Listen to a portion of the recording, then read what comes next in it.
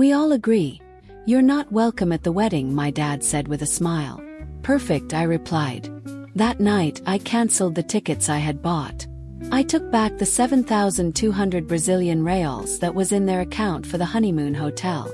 And the next morning my phone was non-stop, with missed calls and messages flooding in. But what truly surprised me was what came afterward. It all started about 6 months ago when my sister got engaged. I was super excited, you know. We've always been close, or at least I thought so. My sister has always been the favorite of the family. She's 3 years younger than me and has always been more outgoing, more charismatic. I've always been more reserved, focused on studies and work. It didn't bother me much. Everyone's got their own style, right? But when she announced her engagement during Christmas dinner, it felt like the whole family had found a new purpose. Our family situation is pretty complicated. Our parents have always played favorites between us. My sister was the girl everyone wanted to take to events, the one who got compliments, the funny and entertaining one. I was the responsible one, studying, working since I was young to keep everything smooth. That hurt a lot during childhood and adolescence, but over time I learned to accept it, or at least I thought I had. When she told everyone about her engagement, the whole family cheered. It was a beautiful moment. She looked radiant. Her fiancé seemed like a nice guy. I was genuinely happy for her. We always dreamed about being maid of honor for each other. We talk about our imaginary weddings when we were kids. I thought I'd finally get to be the caring older sister, helping out with everything. Then my dad called me on a Tuesday night, super excited. Said he needed my help to cover part of my sister's wedding expenses. Look, I'm in a good financial position. I've been working at a multinational for 8 years. I've never asked the family for anything. I've always managed on my own. When he asked, my first instinct was to say yes. Family is family, right? So I ended up paying over 20,000 Brazilian reals. It wasn't easy. I had to dip into my savings, the money I was saving to buy my own apartment. But I thought, it's my sister's wedding. She's only getting married once. I paid the deposit for the venue, the honeymoon flights, part of the decorations, the special lighting, transportation for the guests. I practically became the financial coordinator of the event. My mom kept calling me every week, thanking me, saying I was a wonderful daughter, that without me, the wedding wouldn't happen. That made me happy because I finally felt recognized by the family, that my effort mattered, that I was important there. For months, I kept getting calls from my sister, asking for opinions about everything. What color napkins to use, which caterer to choose if her dress looked good. I thought I was being included, that my opinion mattered. How naive I was. I spent hours on the phone with her, researching suppliers, comparing prices, negotiating discounts, because I knew people in the industry. I felt useful, like a key part of that special moment in her life. I even helped pick out her wedding dress. We went to 3 different stores on a whole Saturday of shopping. She tried on dresses, I gave my opinion, took photos, helped her decide which looked best. In the end, she chose exactly the dress I suggested.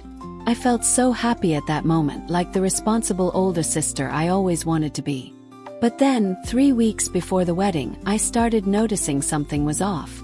My sister's calls and messages suddenly decreased drastically. When I asked about the final details, she responded coldly. I thought it was just wedding nerves, normal stuff, but there was something different in her tone, a coldness that wasn't there before.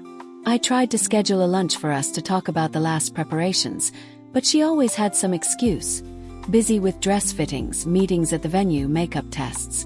Always something that didn't include me. I started to worry, thinking she might be overwhelmed with everything. A week before the wedding, I called my mom to see if everything was okay with my sister.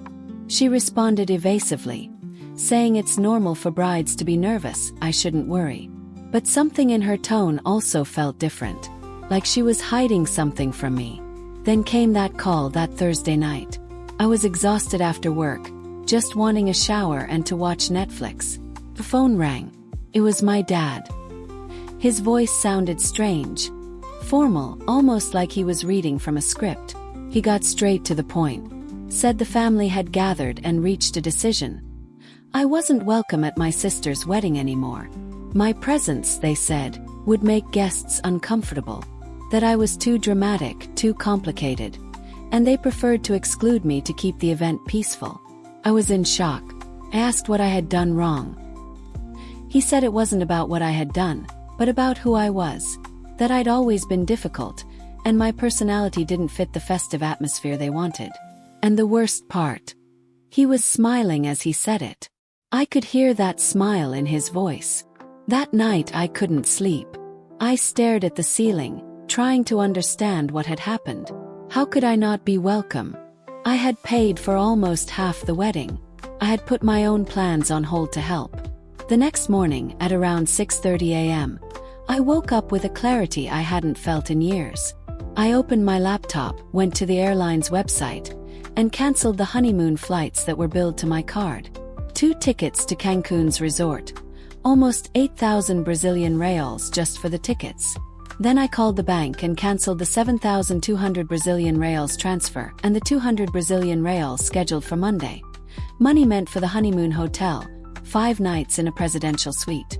After that, I went through all the contracts I'd signed or that were in my name, and there were many.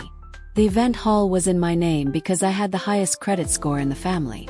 The decorations, the lighting, the guest transportation, all linked to my CPF. I spent the whole morning cancelling everything. Every call felt like a weight lifting off my shoulders. I didn't even realize I'd been carrying so much. Around noon, my phone started ringing non-stop. It was my sister. I didn't answer. 15 minutes later, it rang again. It was my dad. I still didn't pick up. Then came a flood of messages. The first from my sister said we needed to talk, that there had been a misunderstanding. The second, more frantic, asked if I had cancelled the tickets. The third, in caps lock, called me childish. My dad sent a message saying I was overreacting, that they just wanted a more intimate, family-oriented event. I thought, more family without the daughter who paid for everything. Makes sense. During the afternoon, I found out something that made me even more furious. An aunt, my mom's sister, called worried.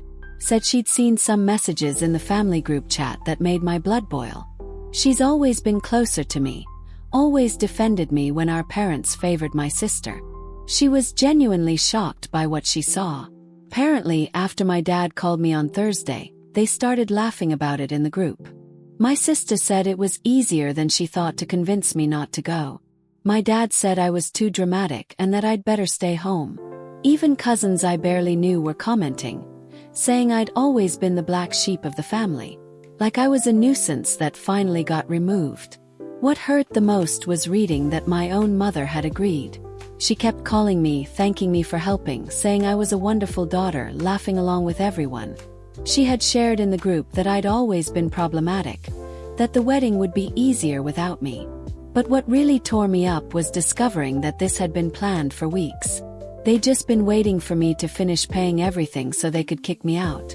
They used my money and my goodwill until the very last moment. It was a carefully thought-out plan, discussed among them while I thought I was helping my family. My aunt told me they even debated the best timing to break the news. Some thought they should wait until after the wedding to avoid the risk of me canceling everything. Others thought it'd be better to tell me beforehand, to spare me embarrassment on the day. In the end, they decided to tell me a week early, thinking I wouldn't have the guts to cancel last minute. By then, it was about 4 p.m. and I had cancelled almost everything. Only the hall was left, and that was the hardest part because they'd lose the deposit, almost 15,000 Brazilian reals. But you know what? It wasn't my problem anymore. They decided to exclude me. Now they'd have to deal with the consequences. I hesitated for a few minutes, knowing this would finally end the wedding, but then I remembered how they laughed at me in the group, how they planned to use me for every last cent, how they opened a credit card in my name without my consent. That's when I knew I had to do something. I called the hall and explained the situation. Since the contract was in my name, I had the right to cancel. The girl on the line even tried to persuade me not to. Said it was only 2 weeks away and hard to reschedule. But I was firm. I asked if I was sure if I wanted to think about it a bit more. I said no, I wanted to cancel right then. By 5:30 p.m. my phone was ringing non-stop. Calls from my dad, my sister, my mom, even some uncles I didn't even know had my number. But I didn't answer any. I put the phone on airplane mode and watched a movie, eating popcorn, feeling lighter than I had in years. On Friday morning, I looked through the messages. There were over 40 on WhatsApp, 20 on Telegram, 15 on Instagram. All in the same tone. How could I do that? How could I be so cruel? How could I ruin my sister's dream? But none of them admitted they were wrong. None apologized for excluding me. It was all blame, more blame. As if I were the villain or had an obligation to bankroll a wedding for people who didn't even want me there. Then came the first plot twist. On Friday afternoon, I received a message from the groom's mother. She wasn't part of our family and didn't know about all the drama. She said she'd discovered something I needed to know. She seemed worried and confused. Said she didn't understand everything but thought I should be aware. According to her, my sister and dad had opened a credit card in my name without telling me. They used my documents, my income, my CPF, everything. The limit was high, around 25,000 Brazilian reals, and they planned to use it to cover extra wedding costs. She found out because my sister mentioned it to her son, thinking it was no big deal. Her son was shocked when he heard, thought it was completely wrong to do that without my permission. She decided to tell me because she believed I had the right to know. She also didn't understand why I wasn't involved in the preparations anymore. Said my sister told her I was going through personal problems. I was in shock. It wasn't just about being excluded from the event. It was fraud. They planned to drain every last cent and then dump me. I immediately called the bank and blocked everything. Confirmed that a card in my name had been opened 3 weeks earlier. Luckily, I caught it in time before they spent too much. They'd already used around 2,000 Brazilian reals on wedding stuff. On Saturday morning, I went straight to the police station. Filed a report for fraud and theft. It wasn't easy, after all it was my own family. But I couldn't let it slide. If they had the guts to do this to me, they could do it to others too. The officer told me to gather all the evidence I had. Screenshots, proof of payments, cancelled contracts, everything. Said I had a solid case, and they'd probably face criminal charges. Sunday was the craziest day. My phone kept ringing all day, I had to turn it off. They showed up at my door 3 times. First, my mom, crying, saying I was overreacting. She knocked for almost half an hour, shouting that I was cruel and that family was more important than money. Then my sister, screaming that I'd destroyed her life. She was frantic, crying uncontrollably, saying all the guests would find out she was a terrible person, that she'd be marked forever. And how could I do this to her? We're sisters. She never expected this from me. Finally, my dad, trying to convince me we could fix everything peacefully. He was calmer, colder, said he understood my anger but we could sit down and talk like adults.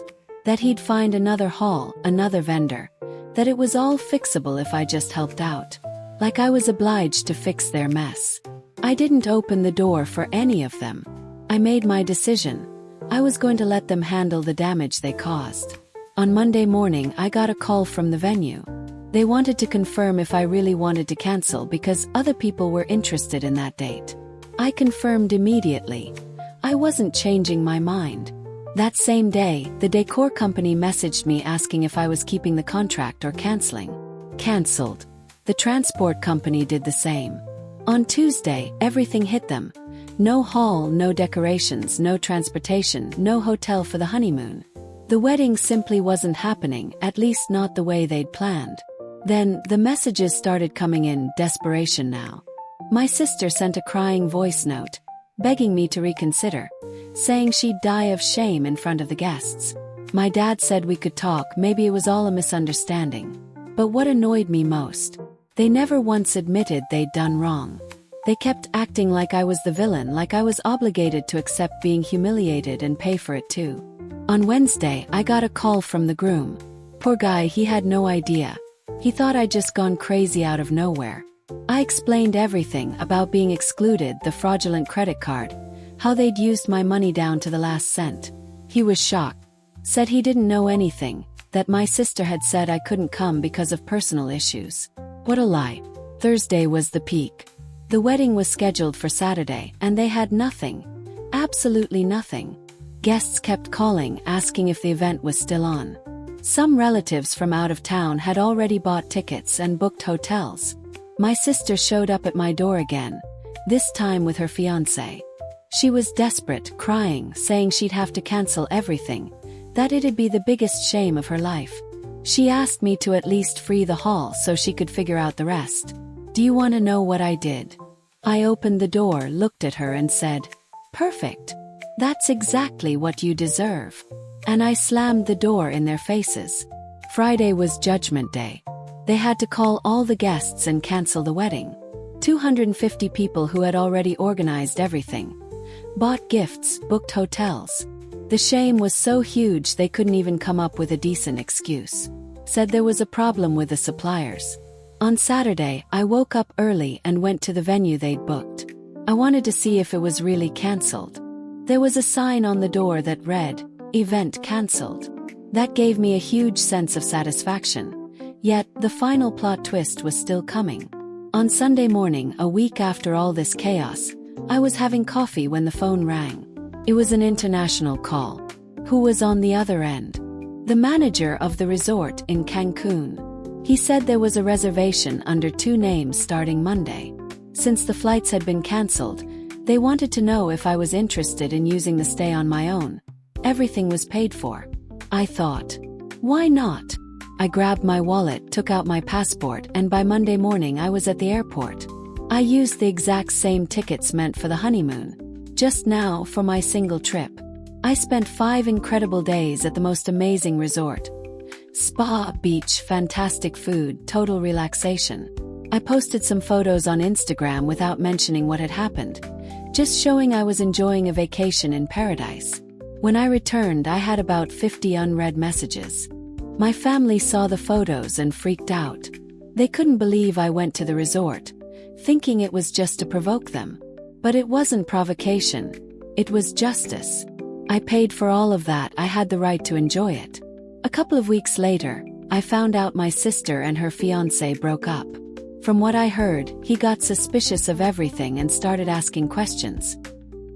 He found out my sister had lied about several things and decided he didn't want to marry someone like that. Today, 3 months later, I'm doing really well. I cut ties with the whole family. It wasn't easy, but it was necessary. I learned that life gets a lot simpler when you stop carrying other people's baggage. My sister tried to reach out a few times, sending messages asking for forgiveness, but they always come with a, "But you also overreacted." Never a genuine apology. Never real acknowledgement of what they did. The lawsuit against them for fraud is ongoing. My lawyer says it's almost certain they'll have to pay damages and face criminal charges. It's not about the money. It's about standing up for what's right. Sometimes I wonder if I was too harsh, if I should have given them a second chance, but then I remember how they laughed at me in the family group, how they planned to use me until the last cent, how they opened a credit card in my name without my permission. And at that moment I know I did the right thing. Today my life is much calmer. No family dramas, no people exploiting me, no carrying anyone's weight. I bought my own apartment with the money I had left in the savings. I'm dating an amazing guy I met at the resort. Life's good. And you, if you were in my place, what would you do differently? Leave your comment.